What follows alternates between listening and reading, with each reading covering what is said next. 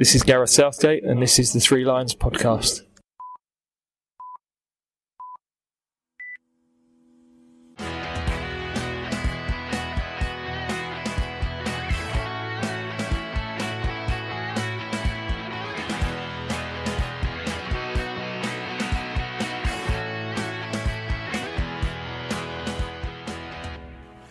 So welcome along to the Three Lions podcast. My name's Russell Osborne. Here I am. Friday night. I've just come off of the M25. Joy of joys. Everyone's coming home. I, however, am coming to meet a former England international who has agreed to have a chat with me. Very excited by this. Now, Clive Allen played 5 times for England. Of course, he also played for many London clubs. So keep listening. I'm hoping to find a little bit more about his time playing for England. Comes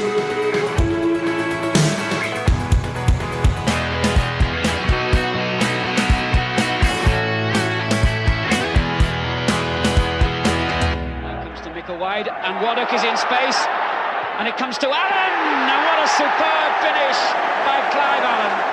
Queen's Park Rangers score 5 for the first time this season. Spurs on the attack again. Still a problem for Everton. Clive Allen.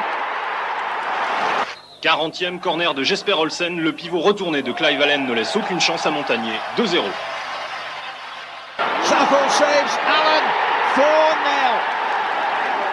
Substitution. Tony Woodcock is coming off. And Clive Allen comes on for his first cap, 15 goals in the season for Queen's Park Rangers, and getting, I thought it would be an early touch, in fact he does from Hasty, but he's offside. I'd like to welcome to the Three Lions podcast former England international Clive Allen. Hello there. Good evening. Thank you for joining us and taking the time. Now, many people of a certain age will be aware of the Allen family. Your father played for Spurs, he was part of the 61 team, but he didn't make the England side, and your brother Bradley just made 21s, cousins Martin and Paul again 21s, but you made the senior side, didn't you? Must be proud from the Allen family. Absolutely, yes. I think obviously following my father's footsteps and him making certain levels, he didn't actually win a full England cap. I was the first to do it in the family, so yeah, absolutely thrilled. Obviously the greatest honour that could be bestowed on you is to win that full cap. So, yeah, it was fantastic. I enjoyed every minute of it. Well, let's maybe start at the beginning, the under-21s, because I guess that's the stepping stone, although I read that you schoolboys and under-18s, but that under-21s, who was in charge then and how did that sort of come about?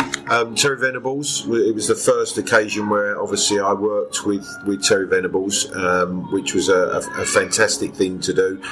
Worked with him 3 times throughout my career, but firstly when he was the under-21 boss. So it was a really strong squad that I went into. I remember, some fabulous names who went on to become full internationals. Glenn Hoddle, Terry Butcher, players of that ilk who were fantastic players at youth level and obviously right the way through to their full internationals. So Terry Venables, even back then, did you think he's going to take charge of that senior team? Yeah, he was a wonderful coach. He was a very, very innovative coach, one in which the players related to. Everybody enjoyed working with him. I think going away on international duty, it was refreshing. It was always obviously a break from the club. It was a new environment. You're going away with the best players from around the country, and I always remember there was always a fantastic atmosphere amongst the group whenever we got together.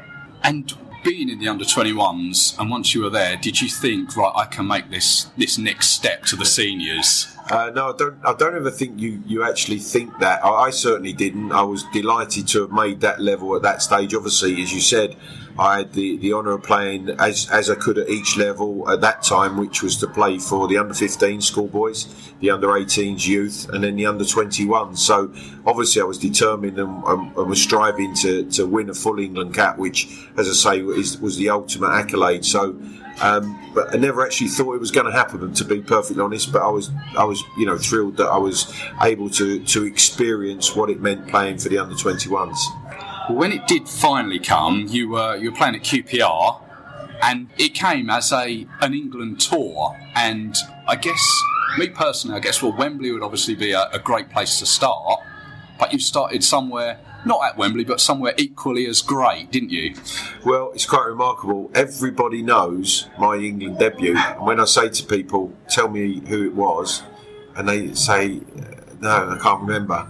And I say, I only have to say one name, and that's John Barnes. And they go, no, really? So I said, yes, really. Obviously, everybody remembers the memorable goal that John Barnes scored in American Art in Brazil. I was on the bench at that moment when he run through an amazing run, incredible goal. And then I came on for Tony Woodcock to win my first England cap in the American Art with England winning 2-0. So a quite unbelievable start. As you rightly say, I think every schoolboy's dream is to play at Wembley for England. But for me to make my debut in the American Art against Brazil was something quite extraordinary. Now, reading in your book, which we'll get on to, you said that the American Art was a bit of a dilapidated place. Is that right? Yes, it was. Yeah, it was very run down. It was ageing, crumbling, but it still had a magic. There was something magical about it. It wasn't the greatest surface to play football on either. But we obviously performed well that night. First time ever that England had won in Brazil against Brazil. So, it was quite a spectacular start to my England career. Have you been back since to the new one? No, I haven't actually. No, I haven't been back to Brazil. So, I've fond memories of our time in Rio. But, no, I haven't been back to the renovated American Art. So we say it was a tour of South America, and next up, you squeezed 3 games into quite a short space of time, because you then went on to Montevideo and played against Uruguay. Yes, that's right. And I started that night with Mark Hateley up front. A really, really tough game, I remember it. One in which was difficult, and I think it was the first time that I realised how tough and how it was the next level, certainly playing wise, that I had to step up to, and it gave me a great insight into what international football is going to be about. And the third and final game was one I wasn't really aware of, and reading your book as well, that you perhaps weren't, in Santiago when you played Chile. The whole circumstances behind this. Yeah, it was quite an extraordinary event, because obviously there'd been a lot of atrocities in the stadium, military rule at the time. It was quite an intimidating country to be in at that time. It was a game that was played virtually behind closed doors. There was no supporters, no atmosphere.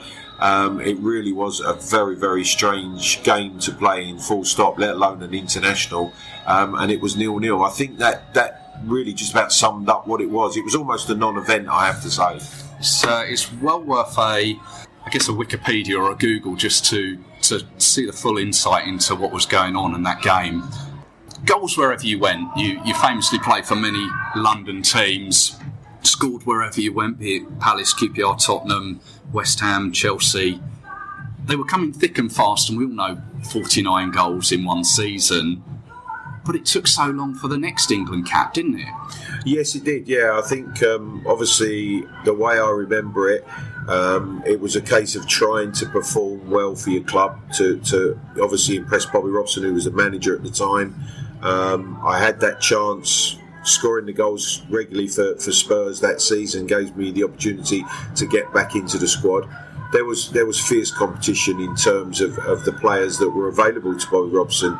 Obviously Mark Hateley, who was then playing in Italy, Gary Lineker, Peter Beardsley, our own Chris Waddle, who I was playing with at Spurs as well. So some wonderful strikers were there for the England manager to select, and it was a very, very difficult squad to get into, let alone team.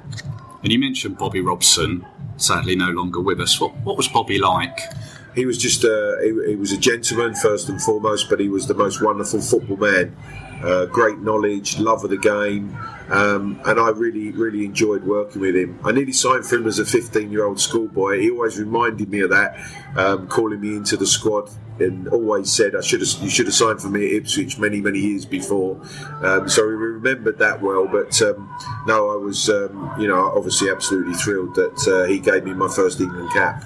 And I read that something he said, I think it was in your first training session, where you said that Bobby was praise didn't come easily from him, but he said something that struck with you. Is that right? Yeah, he did. I think it was one of my first sessions with the England squad. I had one of those days where everything went right. It was an amazing session for me. Just about everything I struck that day in the shooting sessions went in.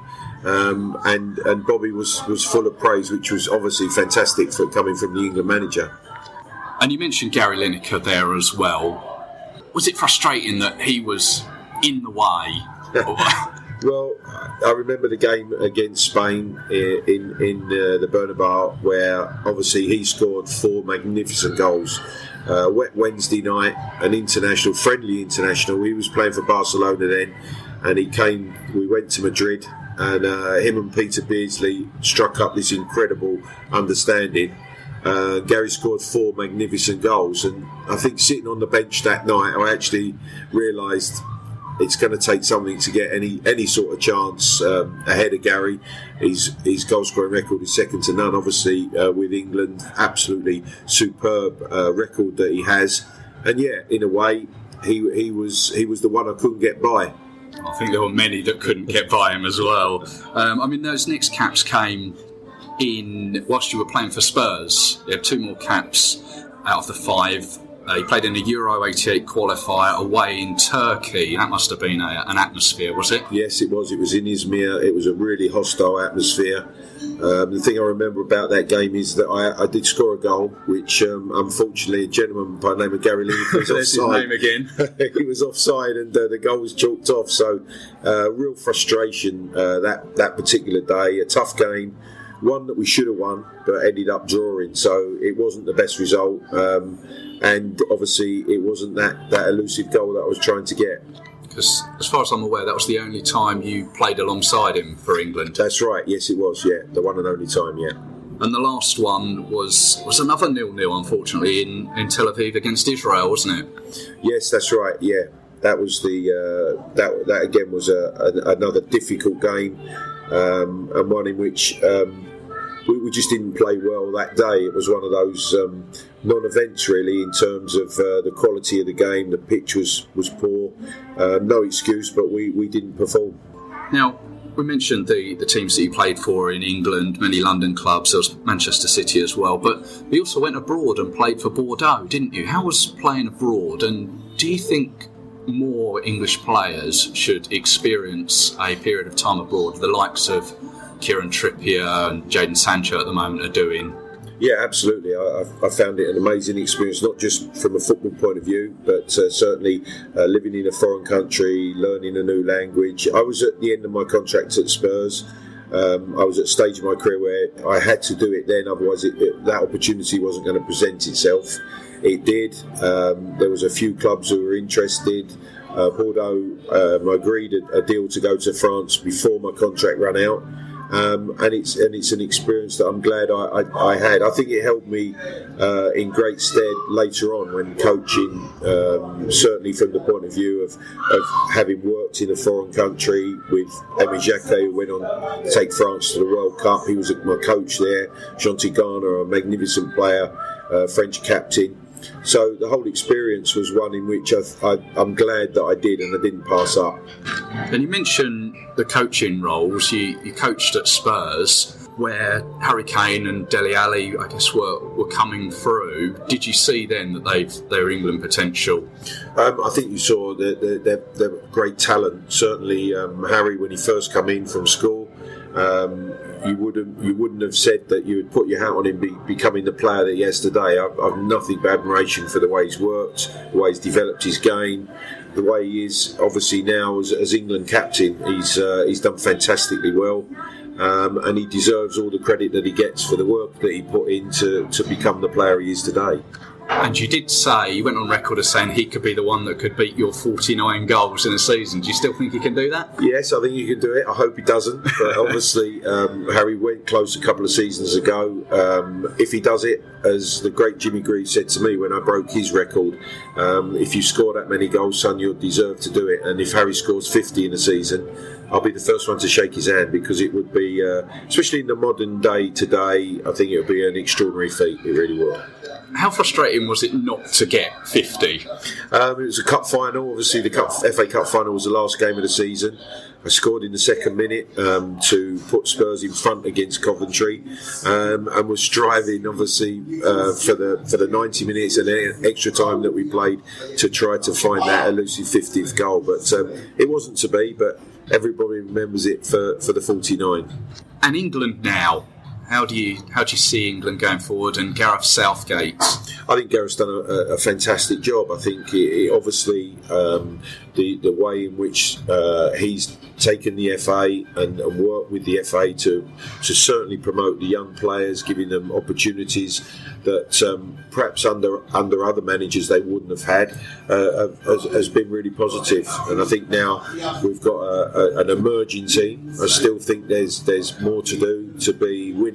That's obviously what we're hoping to do, to be very competitive on the European front and then on the world stage. But I think we're moving in the right direction. There's a lot of young players now gaining great experience, really good experience. Can we win it next year, the Euros?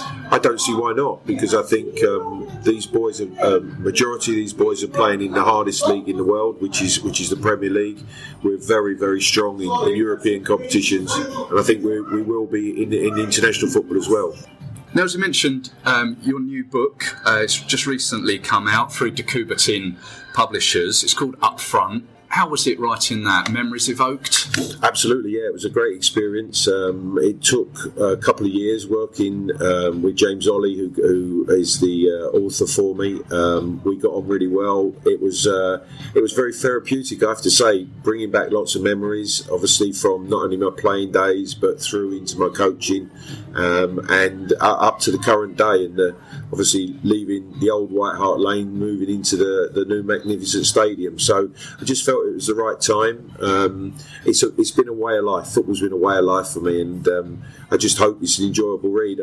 The feedback from the early signs are really good. People enjoyed it. It's not just about what I did as a player, so hopefully it gives an insight into what football's been to me and the life it's afforded me. After your football career and the book's been written, and I'm hearing you now on BT Sport co-commentating. How do you find that? Yeah, it's as I say, I can't be without football. It's been a way of life for me. I was born into it. It's what I know. I love talking about it. I love watching football, any sort of football. From my grandson, who's just 5 years of age now, who's just starting his career, training and playing and practicing. Watching him play to being in Belgrade as I was this week, watching Spurs play in the Champions League. So it's just a game I love. Clive Allen, thank you very much for your time. Very much appreciate it, and I wish you all the very best with the book. And Merry Christmas to you. Thank you. Merry Christmas to all England supporters.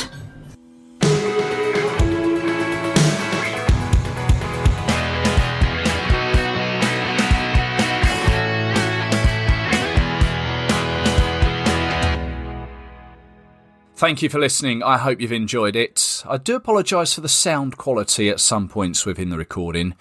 We did meet in a Premier Inn where above each table there was a speaker in the ceiling. I did try and find the best place to sit, but I hope it didn't distract too much.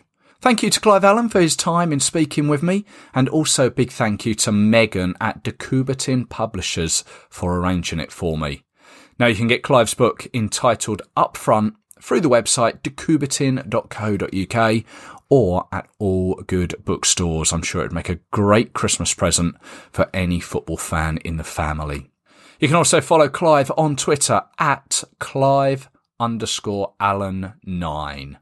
Likewise, we too are on Twitter at 3 Lions Podcast, also on Facebook and Instagram, and all on the podcast platforms, all the usual suspects, iTunes, Spotify, and 3lionspodcast.com. Once again, if you've enjoyed it, do give us a thumbs up, subscribe, review, and tell all your mates. If you've got a Spurs mate, tell him, her. If you've got a Chelsea mate, West Ham mate, Manchester City mate, hey, even if you know a Bordeaux mate, tell them. That website, you can find all the previous episodes, ones where I've spoken with the likes of Gareth Southgate, Darius Vassell, Gary Lewin, Gary Stevens and Peter Taylor, to name a few. Now I've got some more episodes in the pipeline, so stay subscribed and we'll speak again. Until then, cheers.